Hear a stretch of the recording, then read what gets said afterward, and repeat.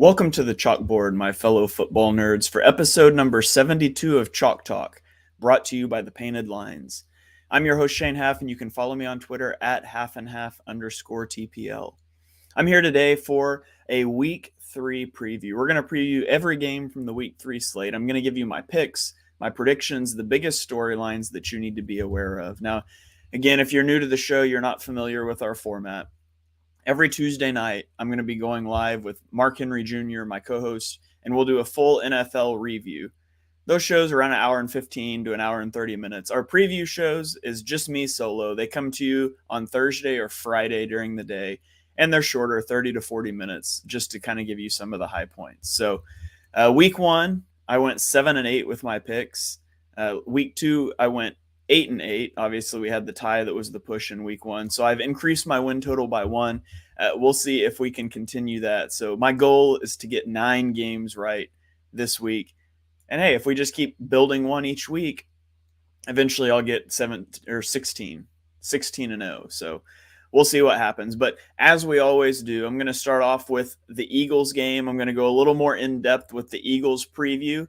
And then I'll throw it around the NFL, starting with tonight's game, Thursday night, Pittsburgh at Cleveland, and then working through the rest of the slate. So without any further ado, let's dive into the Eagles matchup with the Washington Commanders at FedEx Field in Maryland. The Eagles enter this game 2-0.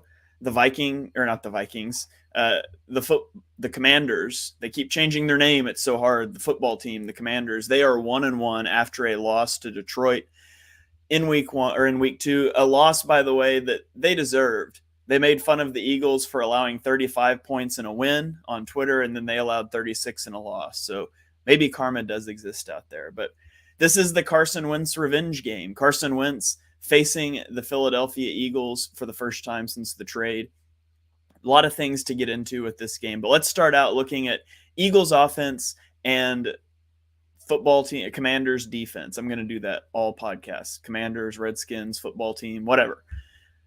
So the Commanders have a stout defensive front. They've invested a lot into the trenches, and even though Chase Young has been injured, he hasn't looked like himself when he has played after that strong rookie campaign. They have a very good defensive front. The problem is at their second level with linebackers. They have Cole Holcomb, who is he's fine in coverage. He's a fine linebacker, but he's not a great linebacker.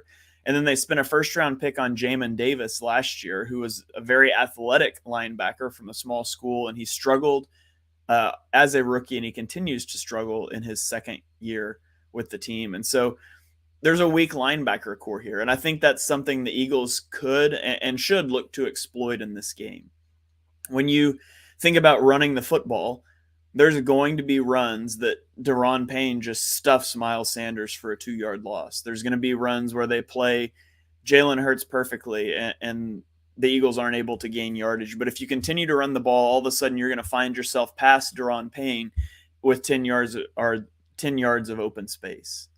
I just don't think that this run defense is very good. That's something the numbers bear out, by the way. And so I think the Eagles should plan to exploit that. They should plan a run-heavy approach in this game. Of course, I said that last week, and they came out throwing against the Vikings, and it worked really well too. So, of course, they're not just precluded to running the ball. They can also throw, particularly over the middle of the field where those linebackers are. Again, Jamin Davis, Cole Holcomb, not great pieces there. Pieces the Eagles should certainly want to target, whether it be in the RPO game, forcing them to make quick reads, whether it be more of a traditional drop back or play action offense to open up those holes.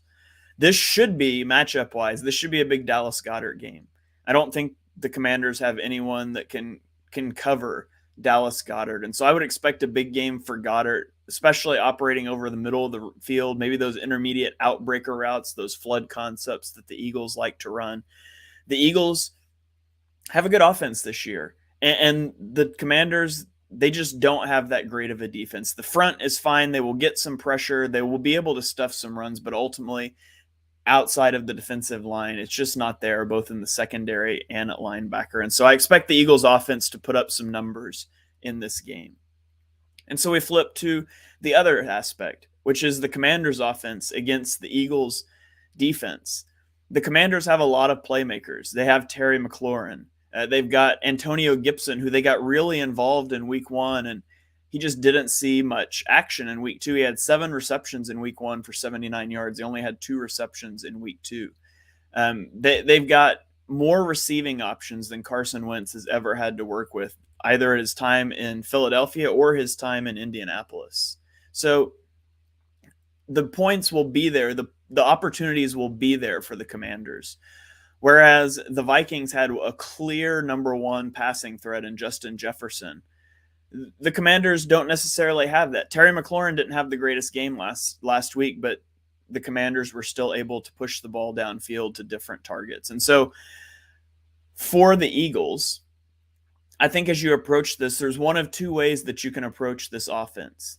One would be to say that Carson Wentz is a player that I don't think can execute methodical drives down the field. And so you play the soft coverage, the 2 high shells, you rush 4, you drop 7, you rush 3, you drop 8, and you make him execute 12-play drives. That's something he's had problems with in the past. Maybe that works, maybe it doesn't. The other approach would be to just bring pressure.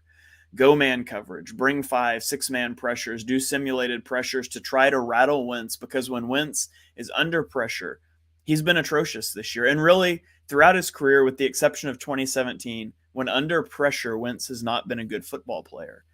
And so there's sort of 2 approaches. There's a fork in the road. You can either approach this game with the idea that you're going to force Carson Wentz, force the issue, and force him to make mistakes, or you can sit back and let those mistakes come to you. If the Eagles decide to go aggressive, it's going to be a big game for Avonte Maddox, a big game for James Bradberry, who have looked good so far this year, but they will be facing some of the best receiving options that they've faced this year. In the Commanders, number 2, number 3 receivers, Jahan Dotson has been off to a strong start of the year. So it's not just Darius Slay doing his part. Everybody has to win those reps. And so you're playing with fire there. I don't think it's a bad idea to get out and pressure Wentz. I also don't think it's a bad idea to sit back and make him dink and dunk those drives and see if he's willing to do it. I think those are both logical approaches, and the Eagles can just flip a coin and decide which one they want to start with. And if it doesn't work, they can always pivot, although that has not been Jonathan Gannon's strength thus far. For me, I would try to bring pressure early, especially Chase Roullier, the center for the Commanders, is out. The right guard might be out as well. And so you're facing a weak interior line. I would like to see those 5-man fronts, bring TJ Edwards on some pressures, and just try to make Wentz as uncomfortable as possible early in this game. Weird things happen in Washington games for the Eagles. It's been close games throughout the years, even when it maybe should have not been. But ultimately last year, the Eagles against Washington, who brought a lot of pressure, they were able to move the ball. They were able to run a lot. Miles Sanders' last 100-yard game came in his last matchup with Washington, and I expect that to be more of the pattern. So I think this could be a high-scoring game, but I will take the Eagles to win a high-scoring game on Sunday at FedEx Field. So now let's move on to the Thursday night game. Tonight we have Pittsburgh traveling to Cleveland to take on the Browns. Surprisingly this season, the Cleveland offense hasn't been the problem. Jacoby Brissett's been fine. The running game has been good. It's the defense that's been the problem. The Cleveland defense that was expected to try to carry this team until Deshaun Watson came back, they have been the ones that have let everyone down. They're facing this week a potential get-right opponent in the Pittsburgh Steelers, who have one of the worst offenses in the entire NFL. So this is a battle of Mitch Trubisky and a bad offense on the road versus the defense that just blew a 13-point lead in 90 seconds to Joe Flacco. Riveting football, must watch on Thursday night. There's a lot of guys missing from this game. TJ Watt, Jadeveon Clowney are both out. Myles Garrett is questionable for this game. It's expected that he might miss, and that would be huge. It would maybe give the offense for the Steelers a little bit of a chance. At the end of the day, though, I just have more faith in the Browns offense with Brissett than I do the Steelers, who are still refusing to play Kenny Pickett. I think a bad game tonight for Mitch Trubisky might be the best thing for the Steelers, because I think it forces their hand to go to Kenny Pickett. You would have kind of the mini bye. You've got the 3 extra days rest, And so, and obviously, if I'm a Steelers fan, I'm not rooting to lose. I'd love to win, but I would love for it to be clear that Mitch Trubisky had another bad game. The defense won you the game. And I would love to see the Steelers go to Kenny Pickett for week 4. Let's roll on to the next game. The New Orleans Saints traveling to Carolina to play the Panthers. The Saints offense is bad. They're just flat out bad. And it starts with Jameis Winston. Their receivers look good. Chris Olave looks to be the part.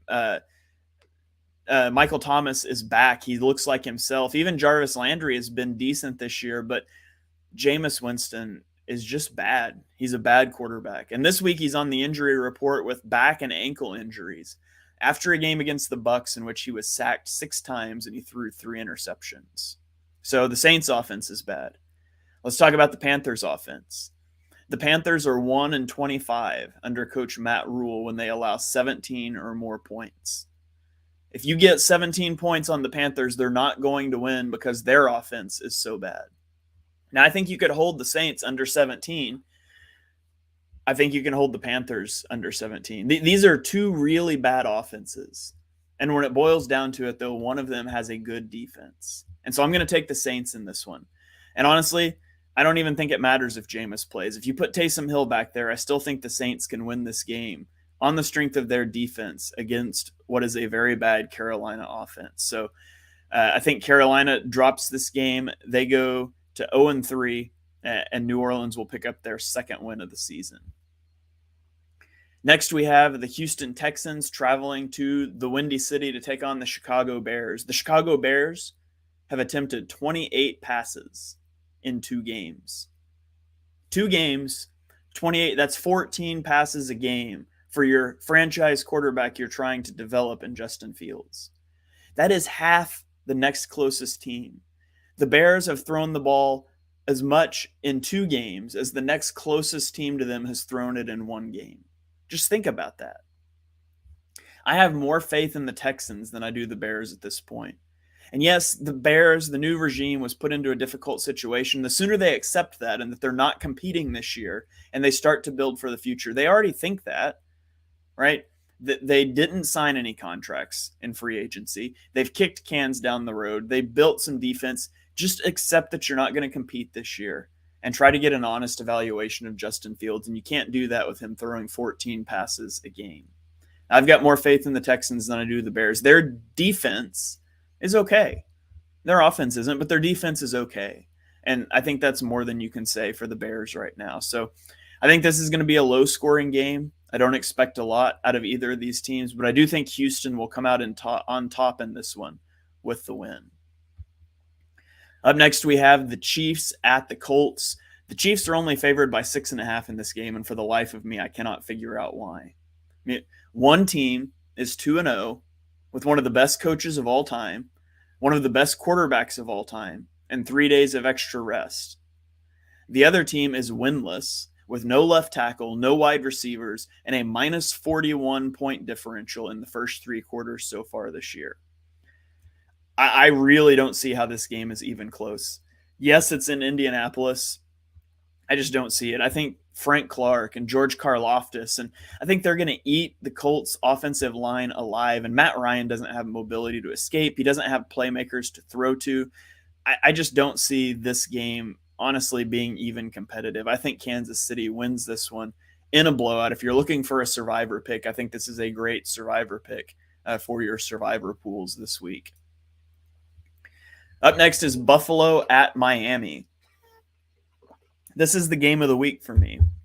It is between 2 top 6 teams in my power rankings. I have the Bills at 1. I have the Dolphins jumping up to 6 after last week's win. The Bills are on the road on a short week after playing on Monday Night Football, so there's an advantage for Miami there. But do you really expect the Bills not to be ready for a game like this, much less a divisional game? The AFC East is on the line. And I know it's just week 3, but these 2 teams are both expected to make the playoffs. They would both love to push for a 1 seed and a bye. And you got to win the division to do that. I think the Bills are going to be ready. They won in a blowout, and so it's not like they had pedal to the metal for 4 quarters on Monday night. Meanwhile, it took everything that the Dolphins had to come back. against the Ravens on Sunday. One of the greatest comebacks that I've ever seen. And that takes something out of you. We look at this matchup and it doesn't feel like anybody can stop the Bills, much less a defense that gave up 35 points to the Ravens, who really don't have any receivers. Last week was a big step for Tua, but he's facing an even more difficult test this week in the Bills defense. I just don't think the Dolphins can get this done. And I think the Dolphins are a good football team. I think they've proven that through the first 2 weeks. I just don't think that they're going to be able to take down the Bills. The Bills appear to be on another level. They're on a mission. And I fully trust Josh Allen and the offense. I don't fully trust Tua. I think Tua can make some mistakes. And you throw 2 interceptions in the first quarter like you did against the Ravens, the Bills aren't letting you back in that game. And so I'm going to take the Bills in this one. I do think it's going to be a really good game, though, on the road in Miami. Moving on to Detroit at Minnesota. Detroit has the blueprint to beat Minnesota. Kirk Cousins was 4 of 12 against the blitz and 2 of 12 against man coverage last week. Guess who blitzes and plays man behind it a ton? That's right, the Detroit Lions. And besides it being a terrible matchup there, the Minnesota Vikings are coming off of a short week. They played on Monday Night Football. Now, I'm not saying this is a slam dunk for Detroit. This is the Lions' first road game.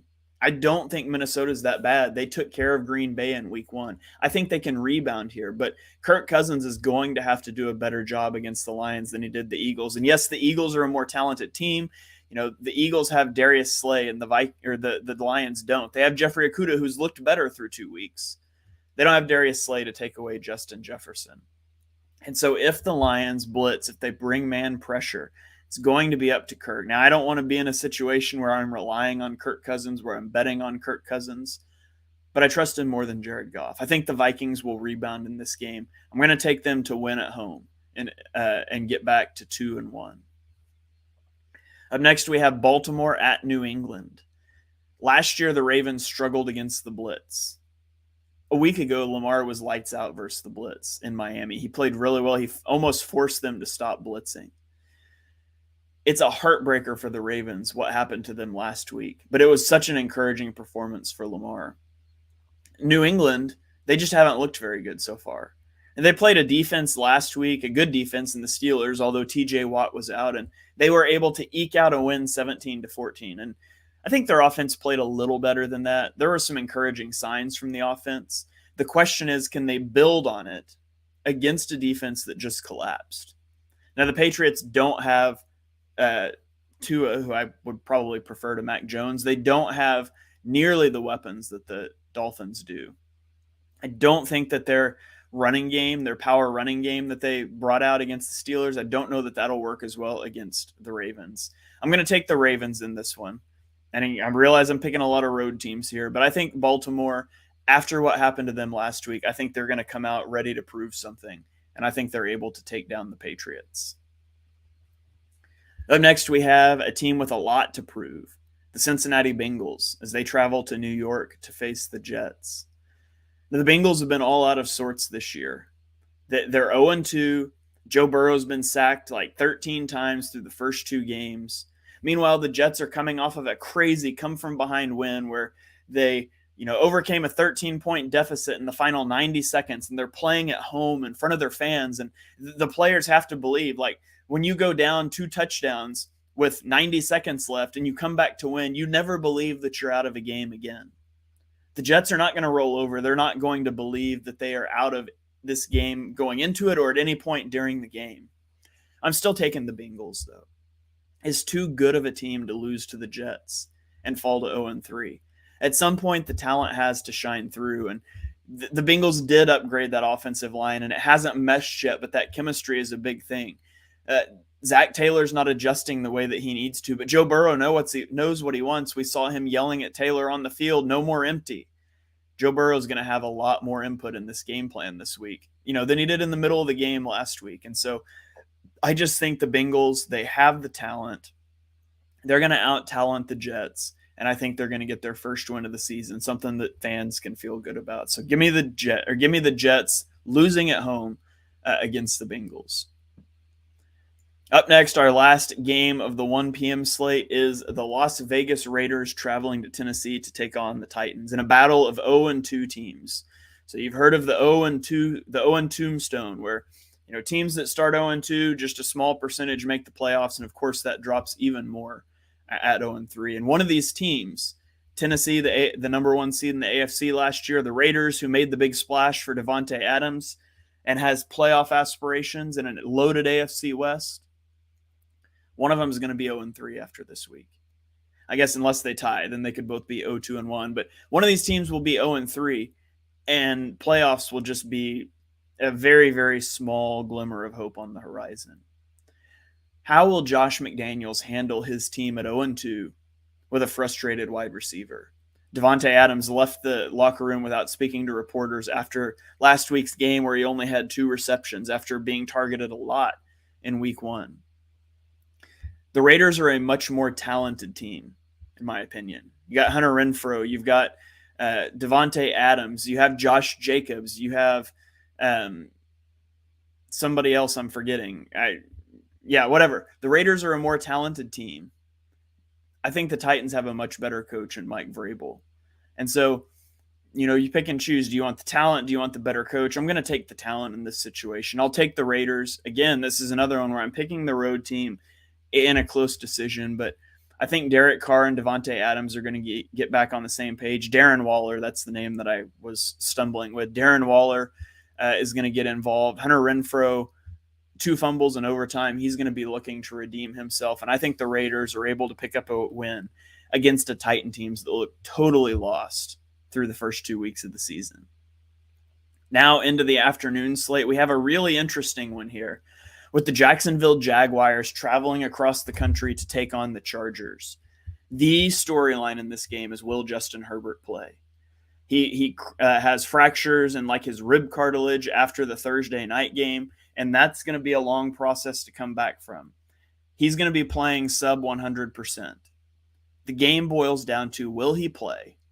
And if he can play, and if he's effective playing, can the Jags even hang with the Chargers? I don't think so. The Chargers are just a very good football team, but it all boils down to Herbert. If Herbert can't play, if he's struggling, or if he's out due to an injury, the Jags could pull off an upset. The Jags are an interesting team this year. So I'm going to ride with Herbert for now, but I will change that in a heartbeat if I hear that Herbert is out, if he doesn't come into this game and play. Now, I expect Herbert to play. I expect him to play through the injury. We saw the post he threw on 4th and 13 or whatever against the Chiefs. That was after the injury. Yeah, I mean, there was some adrenaline flowing there, but I think that they're gonna get Herbert out there and hopefully keep him upright against the Jags pass rush. Josh Allen, Travon Walker have been wrecking havoc in backfields, and I think the Chargers will walk out of this one with a win. Moving on, we have the Rams, the LA Rams traveling to Arizona to take on the Cardinals. Both teams coming off of wins. The Cardinals had a crazy comeback against the Raiders, where they were terrible for 3 quarters and then came back. The Rams just survived a crazy comeback bid by the Falcons, blowing a 28-3 lead and then surviving with an interception in the end zone to seal the game. Arizona is going to go as far as Kyler takes them. I think the offensive structure that Cliff Kingsbury has is atrocious. I think their defense isn't very good. They're going to go as far as Kyler takes them, and that's what happened last week. Kyler took over that game, and he got the Cardinals a win. I just don't think that's going to work against the Rams. Now, the Rams haven't been a great team this year. They're not the team that they've been in the past. They're working through some things offensively. They're really struggling to run the football. And so I don't think that they can get by. Or I think the Rams can get by in this game. It buys them another week to try to figure things out. You would much rather be trying to figure things out at 2-1 than you would at 1-2. So give me the Rams give me the Rams going on the road in Arizona and winning this game. Moving on, we have the Atlanta Falcons traveling to Seattle to take on the Seahawks. The Seahawks, who honestly, they're just a bad football team. Yeah, they're 1-1. They were obliterated by the 49ers in week 2. The 49ers, who had to make a schematic change going to Jimmy Garoppolo after the Trey Lance injury. Week 1, they survived the red zones, or the Broncos' red zone ineptitude. They're able to get a win there. I just don't think that Seattle is going to be able to win many games this year, which honestly is probably good. They need to go get a quarterback. Geno Smith, it's fun to watch him play, get a shot. Ultimately, he's going to have to be more aggressive and push the ball downfield. His stat lines, he's just too risk averse. There's a line with a quarterback where you want a guy that's not too risky, but you can't be too risk averse. And Geno certainly falls on the risk averse side of what is allowable for an NFL starting quarterback. The Falcons, on the flip side, they're the Falcons. They blew their week 1 game against the Saints, a game they should have had locked down. And then they almost had the huge comeback last week before they throw the interception in the end zone. I think the Falcons do enough to squeak by this time. They get their first win of the year. They go to 1-2. Their college-y style pistol offense with Marcus Mariota. It's fun to watch. I think they're going to be able to squeak by the Seahawks and pick up their first win of the year. Up next, we have another game of the week. This is the Green Bay Packers at the Tampa Bay Buccaneers. This is another top 10 matchup in my power rankings. But unfortunately, both teams are not going to be at full strength. Mike Evans is suspended for this game following his fight with Marshawn Lattimore last week. But it's not just Mike Evans. Chris Godwin and Julio Jones may also miss this game for the Bucs, which leaves the question, who is Tom Brady throwing the football to? The Bucs could also be on their third string left tackle, so a lot of injuries for the Bucs. That said, the Bucs defense has been stellar. 13 points allowed in 2 games, a game against the Cowboys, who were one of the top offenses last year, and then a game, admittedly, against the Saints, but they made Jameis Winston look truly awful in that game. On the flip side, you have the Packers. The Packers were embarrassed by the Vikings in week 1, and then they got their run game going against the Bears. But the problem is you're not going to run on the Bucs like that, and I still haven't seen Aaron Rodgers finding chemistry with his new receivers. And so I think the Bucs win this game. I think it's going to be an ugly game. You might get Tom Brady throwing the tablet on the sideline again. Maybe he should just do that in the first quarter. The offense got a lot better after that. If you're a superstitious person, maybe you get Tom Brady to throw that tablet early. But I think the Bucs will win an ugly game, and the Green Bay Packers are going to fall to 1-2 on the year. Moving on to Sunday Night Football, we have the San Francisco 49ers at the Denver Broncos. This is Nate Hackett watch. After Nathaniel Hackett has had some very notable botched clock management and things like in-game decision-making through the first 2 weeks, now he's on prime time.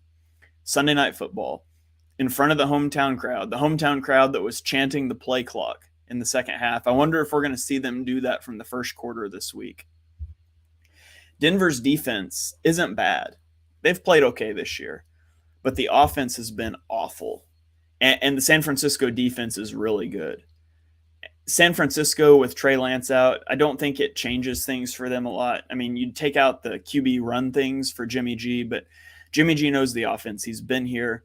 He's more stable than Trey Lance, and the defense is just so good. I think the 49ers win this one pretty easily on the road at Mile High against the Broncos. And that brings us to Monday Night Football.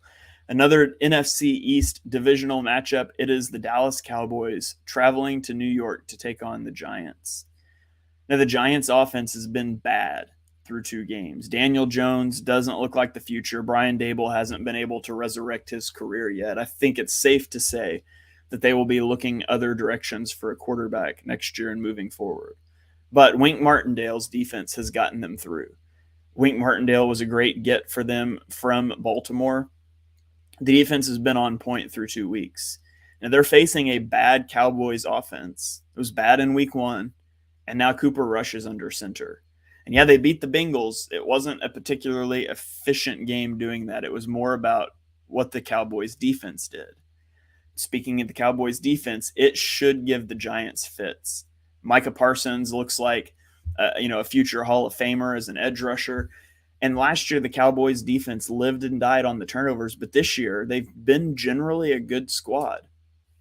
Granted, they haven't, they faced the Bucks, who apparently are struggling on offense, and they faced the Bengals, who are definitely struggling on offense, but maybe the Cowboys defense has played a role in that. So I think the Cowboys defense will give the Giants fits, and I think the Giants defense is going to give the Cowboys some fits. Ultimately, I'm going to take the Giants in this game, and I don't feel good about it. Ultimately, this is one of those where I'm picking the Giants because they are the home team. They do have the momentum. They definitely have better coaching than the Cowboys do. And, Daniel Jones is a better quarterback than Cooper Rush. And so they've got an advantage in all of those key areas: quarterback, coach, home field. And so it's hard for me to pick against them, but you can't ignore Micah Parsons and what he might do to this Giants offense. So there it is. There's the picks. We got 7 right in week 1. We've got 8 right last week. We're shooting for 9, or maybe we can get into double digits this week. So again, a shorter show on our previews as I do these solo, but just want to give you guys an idea of what to look out for heading into week 3. So thank you for joining us for episode number 72 of Chalk Talk. I hope you enjoy what you heard on the show. And if you do, be sure you smash that subscribe button so you don't miss the next episode. Drop us a 5-star rating and review on Apple Podcasts. You can follow me on Twitter at @halfandhalf_TPL. Make sure you're tuned into the Painted Lines on YouTube. I've got some all 22 film reviews up there for the Eagles. Be sure you check those out as well. And so from me, from the Painted Lines, we'll see you guys next time.